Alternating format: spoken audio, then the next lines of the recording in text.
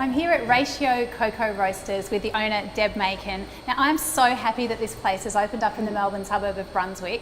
They do the whole chocolate making process from start to finish, and there is no better person to explain it than Deb herself. Thanks very much, Danny. Hi, everyone. So Ratio Coco Roasters is a 3-year project of love about chocolate, and I'd like to share that with everyone today.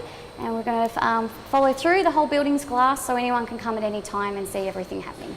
It's amazing how you built this place with, the cafe on one side, the factory on the other, and it's so transparent. And I suppose that's part of what you're promoting, yes, isn't definitely, it? Yeah. That real connection to the source. Yeah, well, Melbourne especially is all into traceability and accountability in their food product. Everyone loves to know where things come from, like the specialty coffee industry. And so, yeah, that's what we're about, showing the public how chocolate's made and ethically. Right, well, tell us about it. All right, so this is the inside of our chocolate box, and it's our 10-step process, and we're going to go through that today.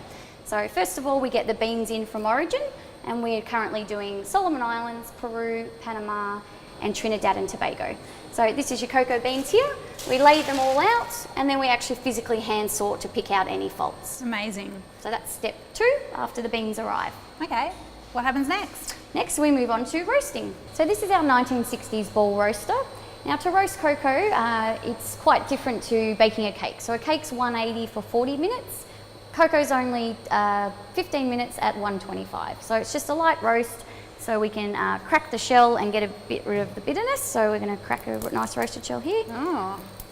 So now we have 100% roasted cacao ready to eat. Amazing. And so you're going to just tuck in.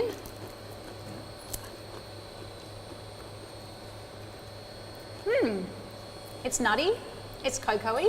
The taste's still pretty, I guess, underdeveloped, would you say? Yeah, it's 100%, so it's quite strong. But a lot of people do like to bake with this, gives a nice crunch on top of brownies. And a lot of health fanatics put on their granola and smoothies. Yeah, okay, fantastic. So now that we've done roasting, you could see how hard it was to crack the shell in our hands, so we have a lovely machine that does it for us. I think this is my favourite machine here, Deb. This is just a beauty. Tell us what it does. All right, my father actually built this for me. I needed a Willy Wonka piece of equipment, and I think he did pretty well for me. Definitely. So this is actually 2 of our steps. So in here, there's metal rollers, which are cracking the beans into smaller parts. Then they hit a vacuum system, so the lighter skin or husk goes over to that side, and the heavier nib goes to this side. Okay, so the inside of that roasted cocoa bean is the nibs that correct. for that granola or the baking sort of thing. Yeah, so now it's more looking like what people recognise as chocolate. The skin's taken off, and yeah, we're good to go. And the skin's not wasted either. It's a great fertiliser. I'm donating it to a local school for their school garden. Some people make kombucha from it, tea. There's a lady who makes organic skincare products. So the main thing is it doesn't go to landfill. Amazing. And what's going to happen next? So now the cocoa is going to actually start turning into what we recognise as chocolate. So we're into the grinding process. Fabulous. What is this magnificence? Well, this is most children's favourite part of the tour. So this is a simple word is a grinder. So basically we put the cocoa dry nibs in here for 24 hours on their own, and then after 24 hours we add the sugar for another 48 hours. So they actually spend 3 days in here, and then they'll become nice silky smooth. You're only getting to taste this on day 2, so it's going to be a little bit gritty on your tongue. But it's amazing, like there's no added liquid in there. No, it's just the sheer friction of this on the stones that turns it in. So we've got a stone on the bottom and is spinning this way, and we've got the 2 big stones inside spinning alternate ways. That's delicious. But a little grainy. It's a little, you're a perfectionist. I'm just tasting the deliciousness. But yeah, it's amazing. Yeah, tomorrow when we take it off, it'll be perfectly smooth on your tongue. So after it's been in the grinder for 3 days, we actually set it overnight and then wrap it in paper and age for 3 weeks. Aging chocolate, it's not a concept I'm familiar with. Well, there's a lot of debate online about it as well. Oh, really? Yeah. Okay. But we personally settled on 3 weeks. For our chocolate, it just allows it all to settle down and get a more even profile. Okay, and then the next step is the tempering? Yes. All right, let's check it out. Cool. Okay, now I just need you to tell me how I can get one of these in my house. We do have a miniature version, you could actually. Okay, I'm going home with that. But then tell me what's going on here. All right, so anyone who's watched a cooking show or tried to make chocolate themselves will know how evil tempering chocolate is. This is the hardest part of making chocolate. So basically it's a heating and cooling process which changes the chemical structure, and the goal of that is so that the chocolate doesn't melt and it's shiny and snaps. but we have a lovely machine that does all that for us. So this machine brings it up to the right temperature, lets it down to the right temperature, Yep. and then anything you get out of this tap is perfectly tempered and ready to go. Yeah, when it's coming out of here in temper, we will go straight into the molds. So when it comes out of the tap, it's ready to go into the mold. We pour the molds and then we vibrate it on the table to get rid of the air bubbles. So the chocolate's been in the molds, it's come out of the molds. So now we're into the time-consuming part of hand wrapping.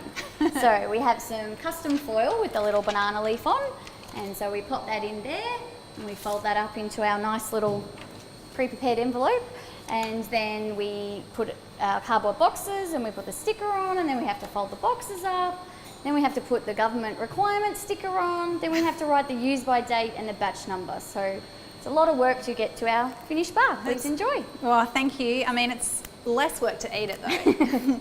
I love your packaging. I think it's really beautiful, and I suppose it's that connection with the origin of the chocolate all the way through. So the banana leaf, explain why we're talking about that.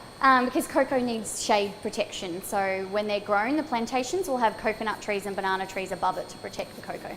And I love how you've got the origin, because often we just think of chocolate as, I don't know, just something yummy to eat. We don't really think about, all the way back to the source.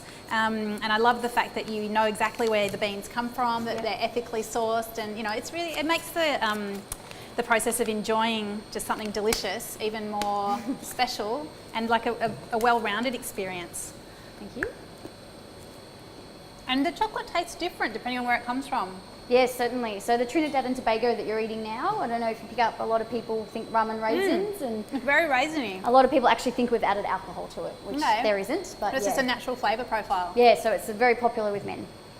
And with me. It is a super special product, and it's been amazing to have you show us through the whole process. Thanks, Deb. Congratulations on Ratio. It's just awesome. Everyone, come to Melbourne and check this out. Deb does tours to the public.